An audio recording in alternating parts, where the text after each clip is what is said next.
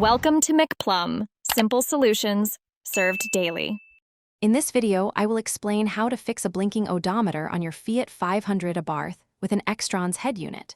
First, understand that this blinking usually signals a communication problem on your car's CAN bus network. This often happens when an aftermarket stereo, like an Xtrons, doesn't fully integrate with the vehicle's existing modules. We'll walk through the steps to resolve this common annoyance and get your display working correctly again. Begin by carefully checking all the wiring connections behind your Xtrons head unit. Make sure everything is seated firmly and no wires are loose. Next, confirm that your CAN bus decoder box is properly connected and functioning.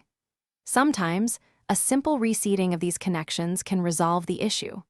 Also, navigate to your Xtrons factory settings and ensure the correct vehicle type, specifically Fiat 500, is selected. The most effective solution for a blinking odometer after an aftermarket head unit installation is performing a proxy alignment. This procedure resynchronizes all the electronic control units, or ECU, in your Fiat 500.